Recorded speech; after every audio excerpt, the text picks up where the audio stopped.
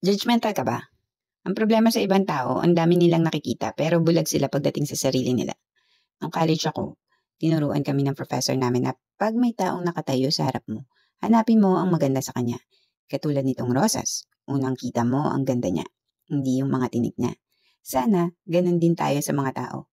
Mahirap gawin, lalo na kung kaaway mo ang titingnan mo. Pero kung sasanayin natin ang ating mga sarili, mas maganda siguro ang mundo. Kasi ang pagiging judgmental ay parang telenovela na nakaka-stress panoorin. Kapag sila'y nagsalita, parang soundtrack ng kalungkutan na palaging nang-aasa tuwing may nagsasaya. Hindi mo alam kung tatawa o iiyak ka sa mga sinasabi nila. Hindi mo kailangan maging ganon para maging cool. Sometimes, it's okay to keep your judgment to yourself and just spread good vibes instead. Remember, hindi mo kailangan maging Mr. or Miss Know-it-all para maipakita mong magaling ka. Kaya piliin nating maging mabait at hanapin natin ang maganda sa isang tao kahit gaano pa tayo kaasar sa kanya.